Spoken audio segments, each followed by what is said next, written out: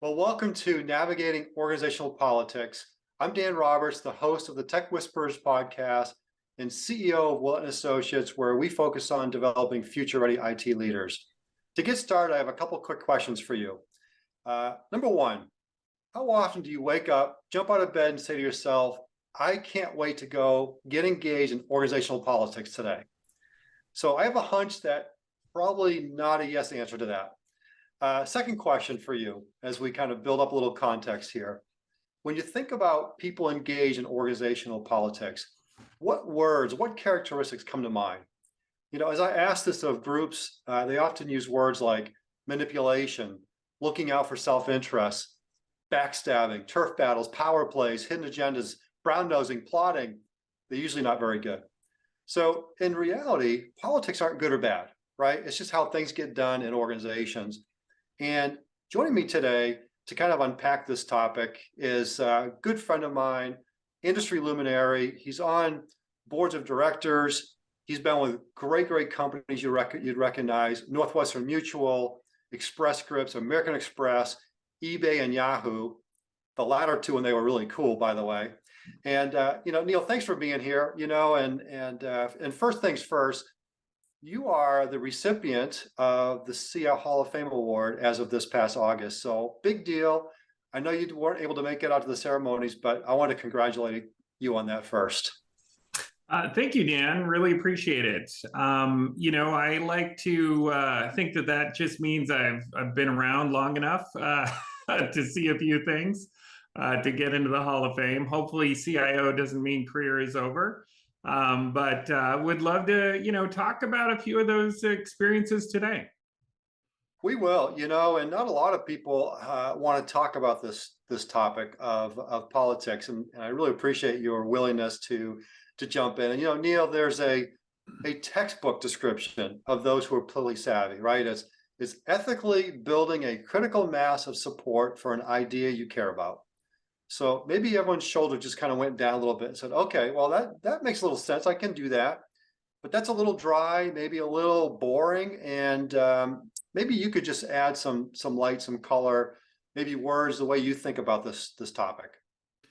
Yeah, I think of it as a different set of words like influence and diplomacy and collaboration. And at the end of the day, I think politics in the office really is about getting a positive outcome when there is scarcity. And that's what you're trying to work for. That it's, that clinical definition has the idea of advancing one of your ideas, which I think is okay, as long as your idea lines up with a positive outcome, whether it's for shareholders or customers or clients or patients, depending on the type of business that you're in. But at the end of the day, all of the ideas can't be implemented. Only some are gonna be able to have the resources or the people to get them done. And that's when politics comes into play, is that you have different groups that have different ideas of what positive outcomes look like. And then it's navigating those potentially choppy waters, especially as an IT professional. It's interesting you made the reference to office politics, because that's what we've always called it, right? And it's funny, we stopped going to the office, there was still politics.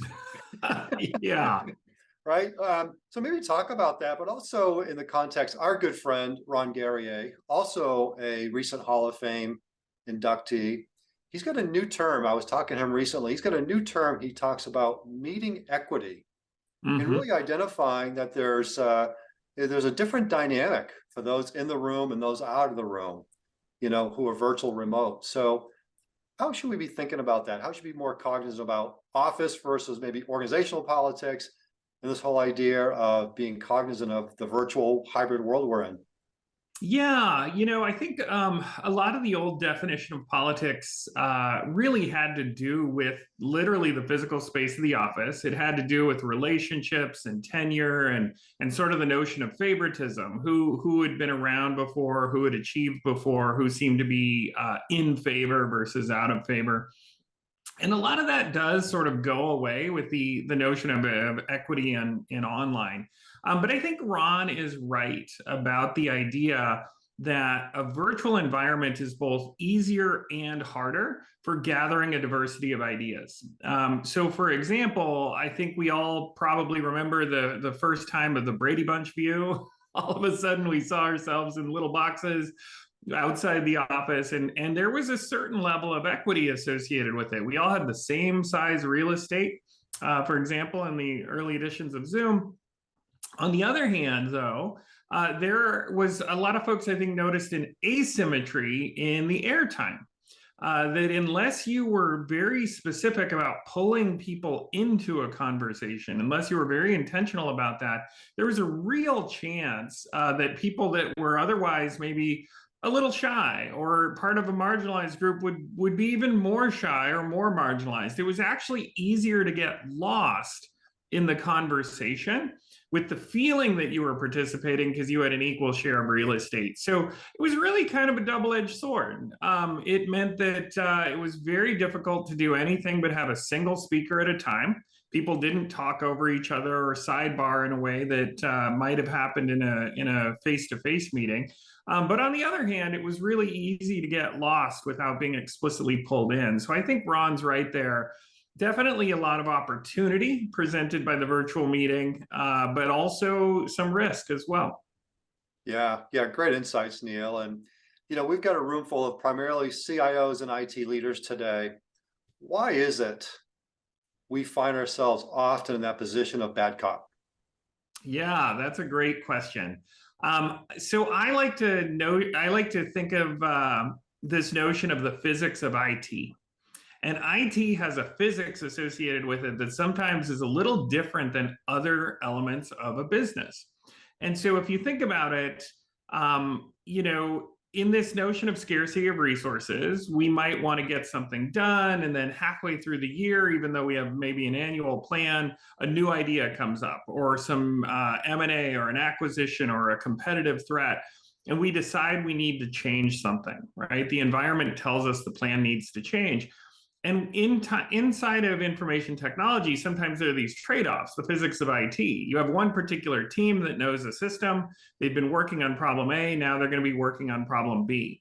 Or you have a certain amount of capacity and throughput that's sitting in, let's say, a data center in a legacy installation, and you can't magically grow that by a factor of 10 because of your sort of historical application services.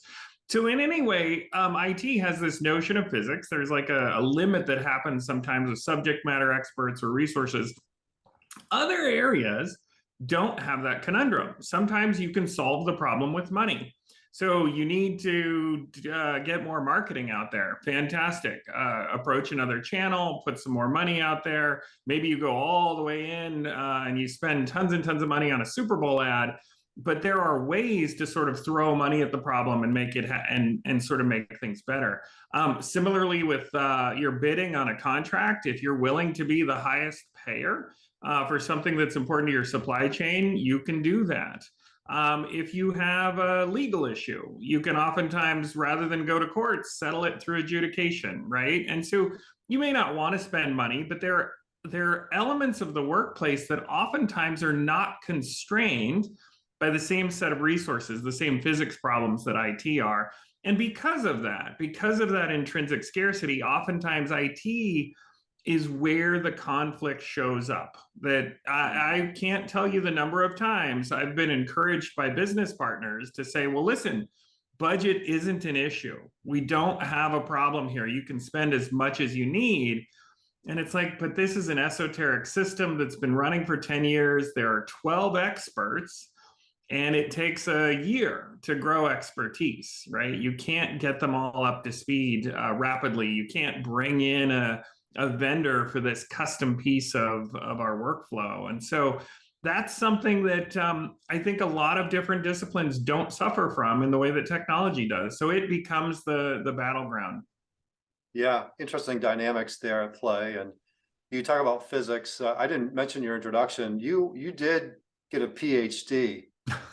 So Dr. Sample, your PhD is in what now? Because you can talk about physics. It's true. Although for my PhD, I was in the database group at Stanford, so it is in computer science. Although as undergrad, I had some electrical engineering and some chemistry, which get closer to physics.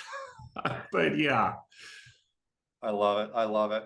Well, I'm a big fan of studying the great expressions that you all use who are in big roles. You're great communicators, the way that you communicate a message, the way you mentor. And some of my favorite neologisms, one of them, do you want to be right or do you want to be effective? So talk about that, what that means, especially in the context of these political dynamics. yeah. So, one of the things about politics that's different than a transaction or a negotiation or a purchase is that ultimately it's long lived. Is that ultimately it's about, let's say, the leadership of a company, the future of people's careers, your peers and your coworkers, your colleagues, your employees. It turns out politics has legs in the way that a transaction doesn't. And so that's one of the differences between being right and being effective is that everything, if it were simply transactional, and you boiled it down and you knew exactly what the right criteria was and you could predict outcomes, there would be a single answer. On the other hand, continuously treating your relationships like they're a series of transactions can really have a problem. So, for example, you could imagine you have a solution for your team, and there's a competing solution from another team that's going to actually do the implementation, or it's their business team and it's their product, and you feel like it's a 60-40, right? Like you're 3 out of 5 times likely to be right, they're 2 out of 5 times. I would take an even money bet that paid 60-40 every day, and you do it over time and you'll definitely win. But you say, well, listen, they're invested in the outcome, and this would be you telling them no. So maybe that's 10%. So maybe that 60-40 is really a 50-50. And additionally, they came up with this solution. And so they probably understand it well, as opposed to what your counter proposal is. And that's probably another 10%. And so it's 40-60. And then you say, well, maybe there also would be a reluctant participant if you essentially override them, that whether it's passive aggressive behaviors or they're not going to reinvest in the solution, all of a sudden your 60-40 is maybe that's another 10% is now 30-70. So in order to be effective, you would definitely go with 30-70. That's the right thing for the investment or for the enterprise. You want the 70% solution, not what you thought was 60. And so you could be right, if you will, have an edge in a transaction that turns out to be a real negative when put into the context of a long-term relationship. And so that's what I think the difference between being right and being effective is, that sometimes you'll let go of what feels like a marginal edge so that you can get a better long-term outcome. Fascinating. And you think in our profession, we tend to be optimistic, right? Maybe overly optimistic. And we might take that 60-40 and go the other direction. Right? Yeah. Well, if you might dig in and entrench yourself and get married to your own idea, and then it can actually be erosive as well. Like an unwillingness to negotiate or an unwillingness to let go. If you're seen as somebody that they approach every time and it's a competition and they're likely to lose, boy, they don't want to engage at all. And so politics becomes sort of a Cold War, if you will. And that's probably the worst type of politics that you can have inside an enterprise. That's usually when I get the email from the CIO saying, hey, I'm looking for a new role. Keep me in mind. Right. Yeah, bad news. Hey, one of the other great neologisms, one of the great teachings that you use, it's part of your mindset is, are we fighting to lose or are we fighting to win? Yeah. So it's interesting. And this is where politics comes into play. At the end of the day, we should all be fighting to win for the company, for the enterprise, for the organization. But politics is when we have different ideas, when there is scarcity and we can't do everything, there has to be a trade-off. What I find is that if you're fighting to win tooth and nail, you're going to set yourself up as an adversary, that there will be an outcome that will be positive and negative. It's sort of that classic win-lose, if you will. On the other hand, if you're fighting to lose, the first thing you do is you essentially try to adopt the opposition idea or philosophy or product or approach. whatever it is that you sort of feel is competing with your proposal or your idea.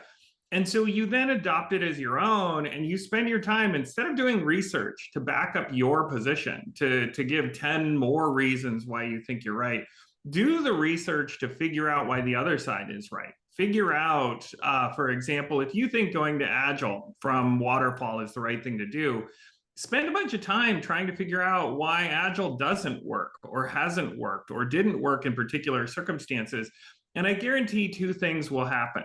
One, you'll either become more effective and more persuasive with your own argumentation because you'll better understand the alternatives, how it will come into play in your enterprise, et cetera. Or, and this is a powerful one, or you might find yourself changing your mind.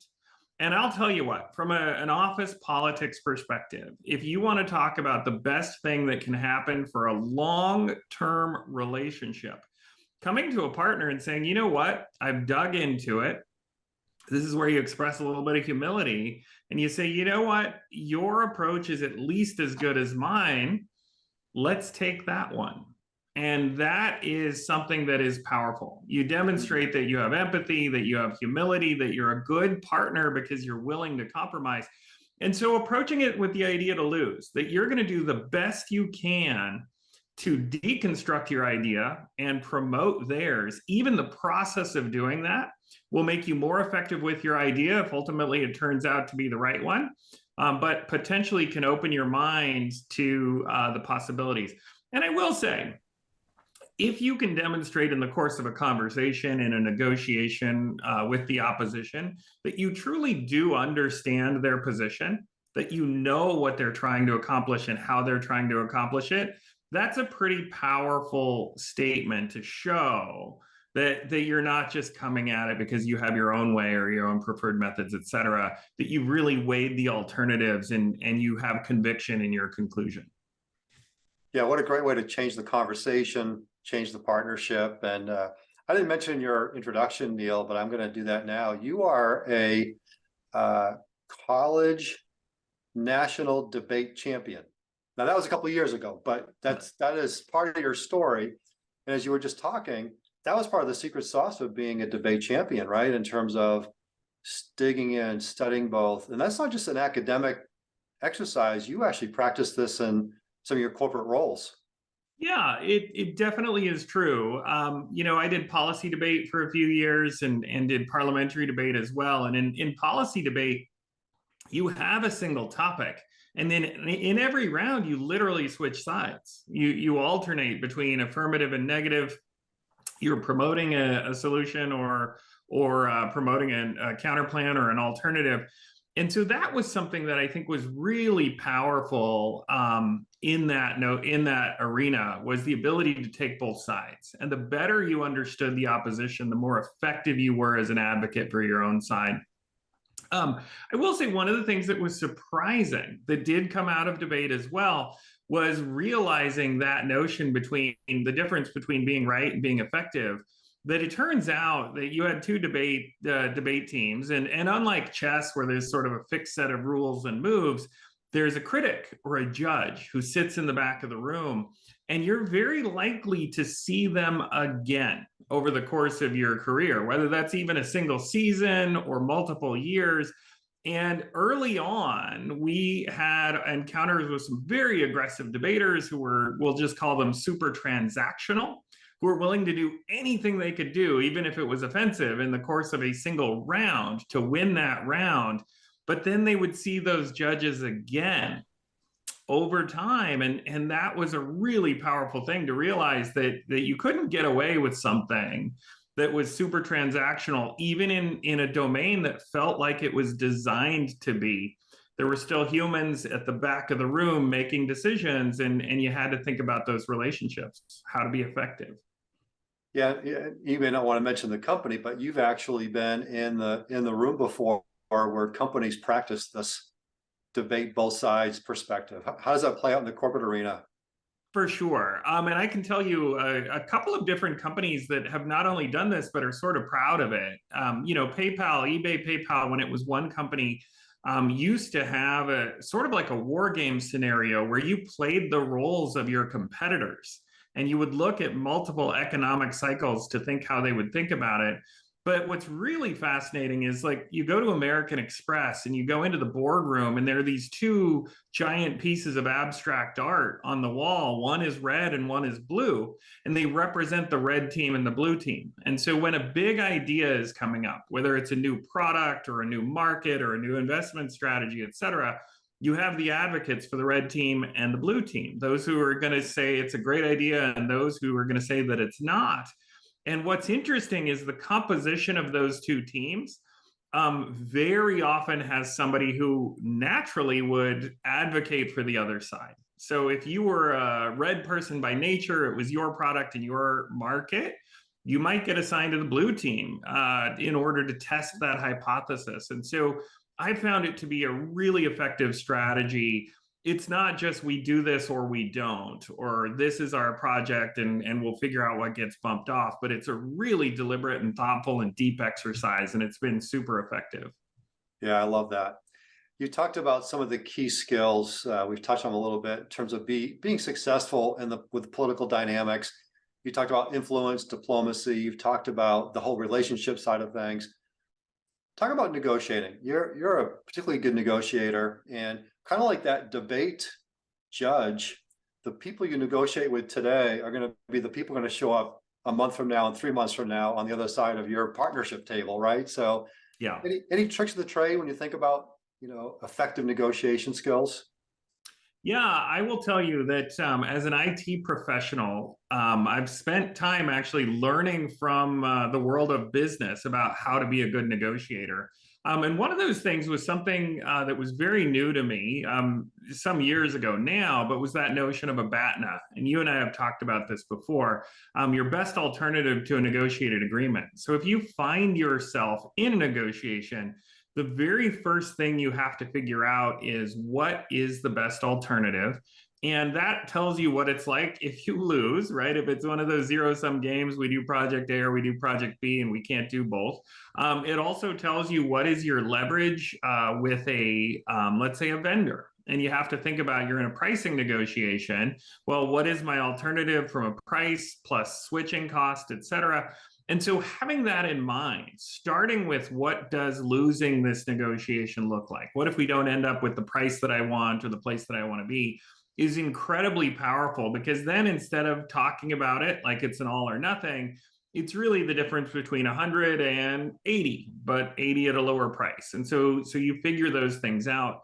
And that's really, really powerful. The second thing I would say that's interesting in negotiation with IT, and this is something that goes back to the relationship side, is that contrast between IQ and EQ. That I think folks used to be happy to be IQ-oriented professionals in technology. And a lot of times we were thought of as sort of back office, cost control and containment, years and years ago.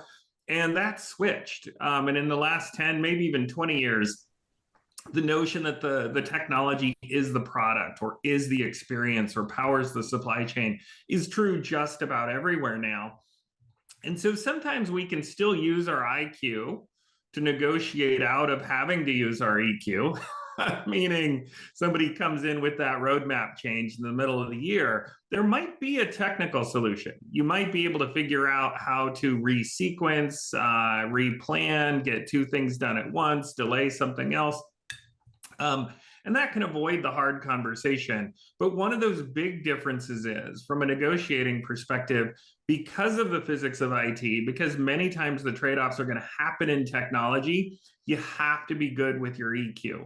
Not even just dealing with sort of a single partner, somebody who wants something from you. Sometimes the battleground is two different business divisions, or maybe two different functions who both want something. And all of a sudden, your job is to now be Switzerland. That's definitely an EQ operation and not an IQ operation. So good, so good. We're kind of winding down here, Neil, and just curious. I imagine a lot of people fail in the political realm and don't even realize it, right? But can you look back in your career at a fail, a big fail, where you just missed it for some reason, and then do you remember how you recovered? Because obviously You won the Hall of Fame, so obviously you recovered somehow. Yeah, so Yahoo was that for me. I spent about 7 years there, and was chief architect on the consumer side. So our properties, our experiences that people used. And my fail ultimately was a series of failures, my friend. It wasn't just one event. But that's when I didn't really fully appreciate the difference between being right and being effective. And I treated everything as a transaction. And, I said no a lot and had that sort of political power to say no, but didn't have the implementation. So I found myself after 3 years or so wanting to move over to the development side, wanting to run platform engineering. There was a VP opening. And what I was basically told was that this string of transactions that I'd been engaging in for years and years and years felt competitive with folks, that I always wanted to be seen as right. And that while I was generally right, that wasn't necessarily the dispute. I was still pretty good at what I did. People didn't actually want to work with me if they didn't have to. And I will tell you, that is not the attribute of a good then people leader or an organizational leader who's ultimately going to then be a peer with a business partner. So I spent a long time um, focused on being right and being transactional and sort of fighting tooth and nail for what seemed to be these marginal victories at the time. And that earned me the label of right but not effective. And so I will tell you that was something that was very, very difficult, obviously politically. It definitely served as a speed bump. But I had a great mentor at the time who then, gave me that very specific feedback, says, here's what we'll need to change. Here is the difference in a leadership position between being right and being effective. And so I was able to recover and then went to a people leader and an organizational leader and then a functional leader, of course. But I had a series of missteps that over a long period of time were super erosive. And for what it's worth, I didn't even see that I was doing it until the time came to make a change that relied on me being a good political partner, if you will, a savvy partner. And that was not my reputation. Well, thanks for sharing that. Thanks for all these incredible nuggets. I think you really helped us reframe how to navigate those political dynamics, Neil. And I'll mention to folks, we did a podcast together on Tech Whispers. It's one of the top podcasts out there. So I want to encourage people to go watch your podcast and to learn more from you. But thanks so much for your time and your insights, Neil. Appreciate it. Always a pleasure, Dan. Happy to be here today. And thank you again for the great questions.